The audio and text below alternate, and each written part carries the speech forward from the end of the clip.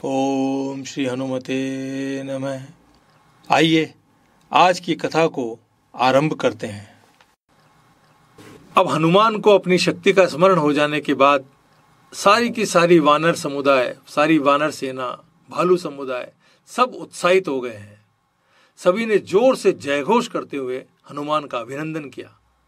अंगद और जामवंत सहित सभी दल प्रमुखों ने हनुमान को शुभकामनाएं दी। लंका जाने को तत्पर वज्रांग बली हनुमान ने सर्वप्रथम श्री राम को स्मरण करते हुए हाथ जोड़कर प्रणाम किया और फिर सभी को आश्वस्त करते हुए कहने लगे, मेरे प्रिय वानर मित्रों और सभी भालू साथियों, मैं परम प्रभु श्री राम की कृपा से उनके अमोद बाण की भांति तीव्र गति से इस समुद्र को पार कर लंका नगरी में जाऊंगा और माता सीता के दर्शन कर उसी गति से पुनः लौट कर आऊंगा। श्री राम के तो नाम स्मरण मात्र से ही सारी बाधाएं दूर हो जाती हैं। मेरे पास तो उनकी दी हुई यह अंगूठी, यह मुद्रिका भी है। प्रभु श्री राम मेरे हृदय में बसे हुए हैं, इसलिए मेरी यात्रा तो बड़ी सहज ही होने वाली है। आप सभी यहीं कंद मूल फल खाते हुए मेरी वापसी की प्रतीक्षा करें। तेज, बल, साहस और पराक्रम की प्रतिमूर्ति बने हनुमान ने अपनी दोनों भुजाएं दक्षिण दिशा की ओर फैलाईं और जय श्री राम बोलते हुए उछलकर आकाश में वायु वेग से उड़ने लगे। उनकी तीव्र गति से आसपास के कितने ही पेड़ पौधे भी उखड़कर उड़ने लगे। आकाश में धूल का गुबार छा गया। उनको उड़ता देख हर्षोल्लास से सभी जोर जोर से जय श्री राम का उद्घोष करने लगे। सारा वातावरण ही जय श्री राम के स्वरों से गुंजायमान हो रहा है। हनुमान तेज गति से आकाश में उड़ते चले जा रहे हैं। नीचे फैला हुआ विशाल समुद्र जल उनको कदापि विचलित नहीं कर पा रहा। वे तो बड़ी ही सहजता से मुस्कुराते हुए उड़ते चले जा रहे हैं। हनुमान के हृदय में तो केवल श्री राम का नाम और ध्यान ही चल रहा है। उसी में लीन हनुमान उड़े चले जा रहे हैं। हनुमान के मन में कोई आशंका नहीं, तन में किसी प्रकार की कोई थकान नहीं। किंतु समुद्र देव ने यह अनुभव किया कि श्री राम भक्त पवन पुत्र हनुमान मेरे ऊपर से लगातार उड़ रहे हैं। इस प्रकार तो वे थक रहे होंगे, उन्हें कुछ विश्राम देने का प्रबंध करना चाहिए। उस विशाल समुद्र में ही एक विशाल पर्वत भी स्थित है, जिसका नाम है मैनाक पर्वत। तो समुद्र ने मैनाक पर्वत से कहा, हे शैल प्रवर मैनाक पर्वत, आप भी देख रहे होंगे कि केसरी नंदन हनुमान किस प्रकार लगातार उड़ते चले आ रहे हैं। पवनदेव मेरे भी इष्ट हैं और तुम्हारे भी, इसलिए उनके पुत्र हनुमान की सहायता करना हमारा भी दायित्व बनता है। इसलिए तुम किसी प्रकार हनुमान के विश्राम का प्रबंध करो। समुद्र की आज्ञा पाकर मैनाक पर्वत तुरंत ही समुद्र से ऊपर उठने लगा और देखते ही देखते वहां स्वर्ण और मणि रत्नों से दमकते शिखर वाला विशाल पर्वत सामने आ गया।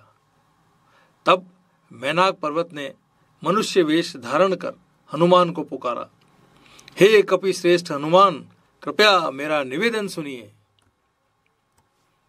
मैनाक के स्वर सुनकर भी हनुमान रुके नहीं, उड़ते हुए भी बोले, कहिए क्या कहना है आपको।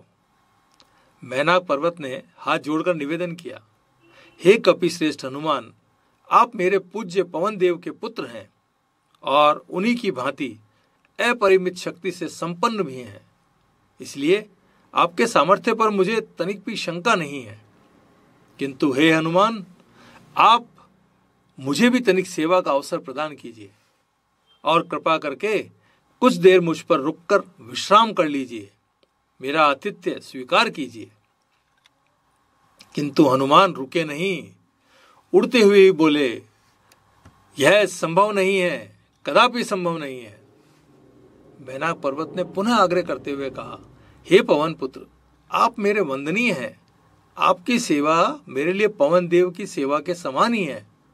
स्वयं समुद्र देव ने भी मुझे आपकी सेवा करने की आज्ञा प्रदान की है। इसलिए हे हनुमान, कृपा करके थोड़ा रुक जाइए और मेरे शिखर पर स्थित विशाल वृक्षों के मीठे फलों को ग्रहण कर कुछ देर विश्राम कर लीजिए। हनुमान तब भी नहीं रुके और प्रेम पूर्वक बोले, प्रिय मैनाक, आपके स्नेह से मैं अभिभूत हूं, किंतु मैं कदापि रुक नहीं सकता। प्रभु श्री राम ने मुझ पर विश्वास करते हुए महत्वपूर्ण कार्य मुझे सौंपा है, इसलिए मेरे प्रभु श्री राम का कार्य पूर्ण किए बिना विश्राम करने का तो कोई प्रश्न ही नहीं। मैं तो एक क्षण के लिए भी कहीं नहीं ठहर सकता। राम काज कीने बिना मोहे कहाँ विश्राम। जब हमने अपना लक्ष्य साध लिया है तो फिर लक्ष्य पूरा किए बिना रुकना ही नहीं है। यदि रुक गए तो लक्ष्य से विचलित हो सकते हैं। इसलिए लक्ष्य प्राप्ति तक कदापि रुकना नहीं है, सतत आगे बढ़ते रहना है।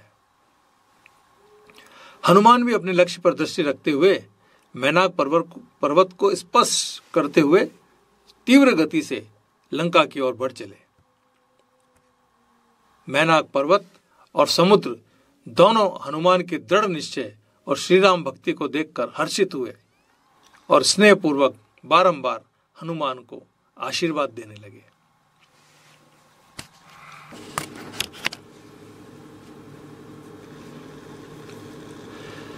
अंजना के पुत्र हनुमान समुद्र के ऊपर से लगातार उड़ते चले जा रहे हैं। देवलोक के समस्त देवता भी उनकी ओर ही देख रहे हैं। हनुमान को देखते हुए देवगण के मन में भी यह शंका उत्पन्न हुई कि कहीं हनुमान श्री राम के कार्य में असफल तो नहीं हो जाएंगे। इसलिए हनुमान की क्षमता, शक्ति और विवेकशीलता की परीक्षा कर ही लेनी चाहिए, ताकि सभी आश्वस्त हो सकें कि हनुमान श्री राम का सौंपा हुआ काम पूरा कर सकेंगे। और ये जो दुर्दांत राक्षस हैं, इनकी जो ये नगरी है लंका, इसमें जाकर सुरक्षित रहते हुए सीता माता का पता लगा सकेंगे। अब देवगण ने हनुमान के बल और बुद्धि की परीक्षा लेने के लिए नाग माता सुरसा को बुलाया और सुरसा से जब उन्होंने निवेदन किया तो देवगण की इच्छा के अनुसार सुरसा भी तैयार हो गई। उसने अपना रूप बदल लिया। देवी के स्थान पर सुरसा ने स्वयं को एक बेडौल, भद्दा और भयानक ऐसी राक्षसी का जैसा बना लिया। लाल लाल पीले आंखों वाली काली कलूटी ऐसी बनी हुई सुरसा समुद्र के बीच में जाकर उसने अपने सिर को आकाश को छूते हुए विकराल रूप में फैला लिया। ऐसा विशाल मुंह सुरसा ने बना लिया और हनुमान जब उड़ते हुए आए तो उन्होंने देखा कि एक अत्यंत ही विशाल मुंह उसको खोले हुए एक राक्षसी ने उनका रास्ता रोक रखा है। अब वो विशाल मुंह जो था वो सुरसा का था, जो समुद्र से लेकर के और आकाश तक ऐसा फैला हुआ। हनुमान ने पूछा, भाई कौन हो तुम और मेरा मार्ग क्यों रोका है? इस पर सुरसा कर्कश आवाज बनाकर बोली, हे वानर, मैं बड़ी देर से भूख से व्याकुल हो रही हूं। लगता है तुम मेरा भोजन बनकर आए हो। आओ और मेरे मुख में प्रवेश करो ताकि मैं तुम्हें खाकर अपनी क्षुधा को शांत कर सकूं। अब भयंकर राक्षसी के ऐसे कपकपाने वाले कर्कश स्वर सुनकर इससे भी हनुमान तनिक भी विचलित नहीं हुए और विनम्रता से बोले, हे माता, सर्वप्रथम तो मेरा प्रणाम स्वीकार करें और मेरा निवेदन भी सुने। इस समय मैं श्री राम की आज्ञा से सीता माता का पता लगाने के लिए लंका की ओर जा रहा हूं। आप अभी मुझे जाने दें और जब मैं शीघ्र ही लौट कर आऊंगा तो सीता माता का समाचार श्री राम को पहुंचाकर सीधा आपके पास ही आ जाऊंगा। तब आप मुझे खा लेना। लेकिन सुरसा तो हनुमान का परीक्षण करने के लिए आई है ना, ऐसे वो हनुमान को जाने कैसे देती। तुरंत बोली, नहीं, तुम आगे नहीं जा सकते, तुम्हें मेरे मुख में प्रवेश करना ही होगा और कोई उपाय नहीं है। अब हनुमान ने सोचा कि यह राक्षसी तो मानने वाली नहीं है, तो ठीक है, इसे भी आजमा लिया जाए। मुझे रोक पाने का इसमें कितना दम है, कितनी शक्ति है, देखता हूं। और यह विचार कर हनुमान बोले, ठीक है, तो फिर मुझे खा ही लो। यह सुनते ही सुरसा ने तुरंत अपना मुंह 1 योजन तक खोल दिया।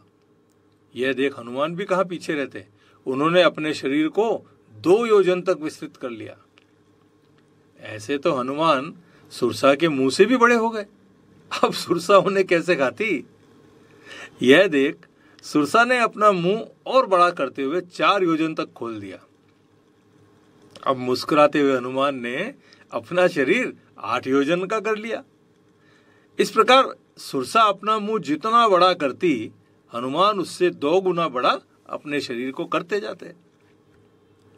ऐसे ही करते करते जब सुरसा ने अपना मुंह अत्यंत विकराल कर लिया, तो हनुमान ने बड़ी चतुराई से तुरंत ही खुद को अति सूक्ष्म अंगूठे के आकार का बना लिया और शीघ्रता से सुरसा के मुख में प्रवेश कर गए।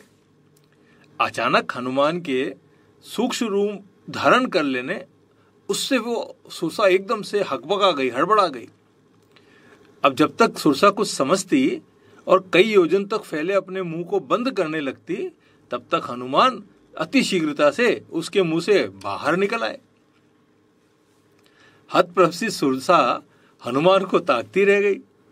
हनुमान मुस्कुराते हुए बोले, देखो माता, आपके कहे अनुसार मैं आपके मुंह में प्रवेश करके पुनः बाहर भी निकल आया हूं, किंतु आप तो मेरा भक्षण ही नहीं कर पाई। अब आपकी बात तो पूर्ण हो गई, इसलिए अब मुझे जाने दो। यह सब देख समझकर सुरसा प्रसन्न हो गई। वो जान गई कि वास्तव में श्री राम के कार्य के लिए हनुमान ही सर्वथा योग्य हैं। निश्चय ही वे लंका जाकर सीता का पता लगाने में सफल हो ही जाएंगे। ऐसा सोचते हुए सुरसा ने अपना राक्षसी का रूप त्याग कर मूल स्वरूप में अपने आप को बदल लिया और हनुमान से कहने लगी, प्रिय हनुमान, मैं नाग माता सुरसा हूं। मैं तो देवगण के आग्रह पर तुम्हारी परीक्षा लेने के लिए आई हूं, किंतु मुझे लगता है कि तुम पर शंका करने का कोई कारण ही नहीं है। तुम्हारी बुद्धि, विवेक, चातुर्य और शक्ति सामर्थ्य अद्भुत है। इसलिए हे हनुमान, मैं तुम्हें अंतर्मन से पूर्ण आशीर्वाद देती हूं। तुम श्री राम के कार्य में अवश्य ही सफल होगे। हनुमान ने आदर पूर्वक सुरसा माता को प्रणाम किया और इसके बाद सुरसा अपने देवलोक में लौट गई और हनुमान पुनः लंका नगरी की ओर अपने आकाश मार्ग में उड़ चले। अब जब भी हम अपने लक्ष्य की ओर आगे बढ़ते हैं तो मार्ग में कई प्रकार की कठिनाइयां, चुनौतियां, बाधाएं सामने आती ही हैं। ये चुनौतियां हमें और अधिक दृढ़ और शक्तिशाली बनाती हैं। इसलिए कठिनाइयों से घबराकर थमने, रुकने अथवा भाग जाने के बजाय उनका सामना करते हुए उनका समाधान खोजने की आवश्यकता है। कठिनाइयों से पार पा लेने पर सफलता बहुत सहज हो जाती है। हनुमान के मार्ग में भी एक एक करके बाधाएं सामने आ रही हैं। तीव्र वेग से उड़ते हुए हनुमान के लिए समुद्र लांग लेना, उसको पार कर लेना कहाँ कठिन हो सकता है। अब तो वे शीघ्र ही लंका के निकट पहुंचने ही वाले हैं। तभी एक और बाधा सामने आ गई। यहां समुद्र में एक मायावी राक्षसी सिंघनी रहती है। इसमें बड़ी ही अद्भुत शक्ति है। आकाश में कोई भी प्राणी उड़कर जा रहा हो तो उसकी परछाई समुद्र के पानी में पड़ती ही है। यह तो हम सब जानते हैं। तो ये सिंघनी, ये जो राक्षसी है, वो क्या करती है कि समुद्र में पड़ी परछाई को देखकर वो अपनी मायावी शक्ति से उस प्राणी को अपनी ओर खींच लेती है और उसे खा जाती है।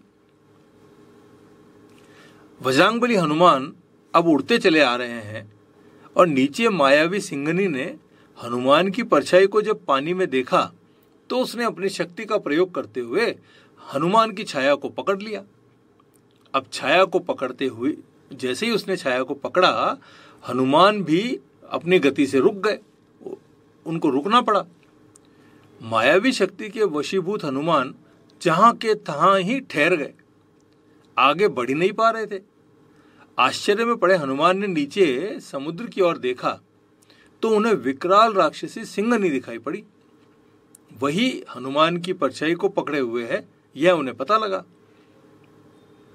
अब श्रीराम के कार्य में अवरोध डालने वाली राक्षसी पर हनुमान को अत्यंत ही क्रोध आ गया और हनुमान पूरा जोर लगाकर बलपूर्वक तीव्र वेग से उस राक्षसी सिंहनी पर कूद पड़े। अब महाशक्तिशाली हनुमान के प्रहार से वो राक्षसी कहां बचती।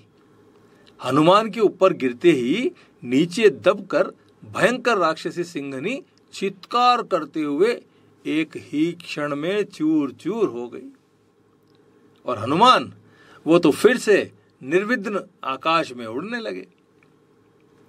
अपने विवेक, बुद्धि और असीम शक्ति का सार्थक उपयोग करते हुए हनुमान विराट समुद्र को पार करके अंततः लंका के तट पर पहुंच गए।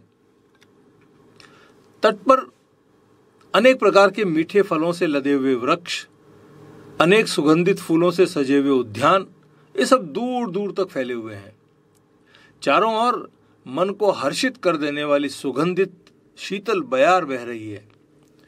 रंग बिरंगे पक्षी वृक्षों पर कलरव कर रहे हैं। भौरे फूलों पर मंडराते हुए गुंजार कर रहे हैं। इधर उधर उड़ती आकर्षक तितलियां वातावरण में इंद्रधनुषी रंग जैसा भर रही है। मृग शावक क्रीड़ा करते प्रसन्न होकर यहां वहां दौड़ रहे हैं। सब कुछ बड़ा ही मनोरम दृश्य सामने प्रकट हो रहा है। अंतर्मन को आनंदित कर देने वाले ऐसे वातावरण में कोई भी अपनी सुध-बुध को खो सकता है, किंतु हनुमान तो अपने लक्ष्य पर ही पूर्णतः केंद्रित हैं। उन्होंने दृष्टि दौड़ाई तो दूर त्रिकुट पर्वत के शिखर पर स्वर्ण की आभा से दमक रही लंका नगरी उनको दिखाई दी। लंका के चारों ओर ऊंचे परकोटे बने हुए हैं और गहरी गहरी खाई बनी हुई है। लंका की सुरक्षा अत्यंत ही दृढ़ और अभेद्य ऐसी दिखाई पड़ रही है। हनुमान सोचने लगे, लंका का यह दुर्ग तो बहुत ही दुर्गम प्रतीत होता है। मुझे एक बार संपूर्ण स्थिति को विस्तार से जान लेना चाहिए, ताकि जब श्रीराम यहां पधारें और रावण से युद्ध की स्थिति बन जाए तो सब कुछ हमारी योजना के अनुरूप हो सके। फिर हमारी सेना में सहस्त्रों वानर और भालू इत्यादि भी हैं। उन सभी के ठहरने इत्यादि का प्रबंध कैसे होगा, यह भी देखना चाहिए। ऐसा विचार करते हुए हनुमान उछलकर एक ऊंचे पर्वत पर चढ़ गए और वहां से ध्यान पूर्वक लंका का अवलोकन करने लगे। उन्होंने देखा कि लंका भीतर से अति सुंदर और बाहर से अत्यंत सुरक्षित है। लंका के भीतर सजे हुए अनेक सुंदर उपवन और निर्मल जलाशय दिखाई दे रहे हैं। योजनाबद्ध बनी हुई नगरी में अनुपम शिल्प से निर्मित विशाल महल स्वर्ण सज्जित हैं। नगरी के चारों ओर समुद्र सी प्रतीत होती बड़ी गहरी खाई बनी हुई है और विशाल परकोटे की दीवारें सोने की बनी हुई हैं। सारे द्वार वो भी सोने की सुंदर कारीगरी से बने हुए हैं और प्रत्येक द्वार पर नीलम से निर्मित चबूतरे भी बने हुए हैं। सभी स्थानों पर विविध अस्त्र शस्त्रों से सज्ज राक्षस, दुर्दांत राक्षस, ऐसे राक्षस सैनिक वहां पर विविध चक्री कठोर सुरक्षा व्यवस्था में डटे हुए हैं। परकोटे पर भी धनुष बाण इत्यादि से सज्ज भयानक राक्षस जमे हुए हैं। ऐसा प्रतीत होता है कि सीता माता का हरण करके यहां ले आने के उपरांत लंका की सुरक्षा संभवतः और अधिक कड़ी कर दी गई है। अब ये सारा अवलोकन करने के उपरांत हनुमान ने सोचा कि मेरे इस मूल रूप में तो लंका में प्रवेश करना असंभव ही होगा। दूसरे दिन उजाले में पकड़े जाने की आशंका भी रहेगी। इसलिए उचित होगा कि मैं सूक्ष्म रूप को धरकर रात्रि काल में ही लंका में प्रवेश करूं। ऐसा विचार करते हुए हनुमान वहीं पर संध्या होने की प्रतीक्षा करने लगे। अब सूर्यास्त होते ही हनुमान ने तुरंत ही खुद को अति सूक्ष्म बना लिया। फिर श्री राम का नाम लेते हुए लंका के द्वार पर जा पहुंचे और चुपके से भीतर घुसने की चेष्टा करने लगे। किंतु समस्या तो यहां भी सामने ही है। अब अन्य सामान्य राक्षस सैनिकों की दृष्टि तो हनुमान पर नहीं पड़ी, उससे तो हनुमान बच गए। किंतु लंका की रक्षा कर रही लंका की अधिष्ठात्री लंकनी, उसने उनको देख लिया।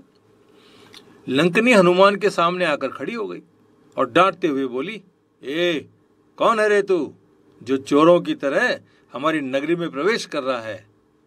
तेरी मृत्यु तो अब निश्चित है, किंतु मृत्यु से पूर्व शीघ्रता से अपना रहस्य प्रकट कर।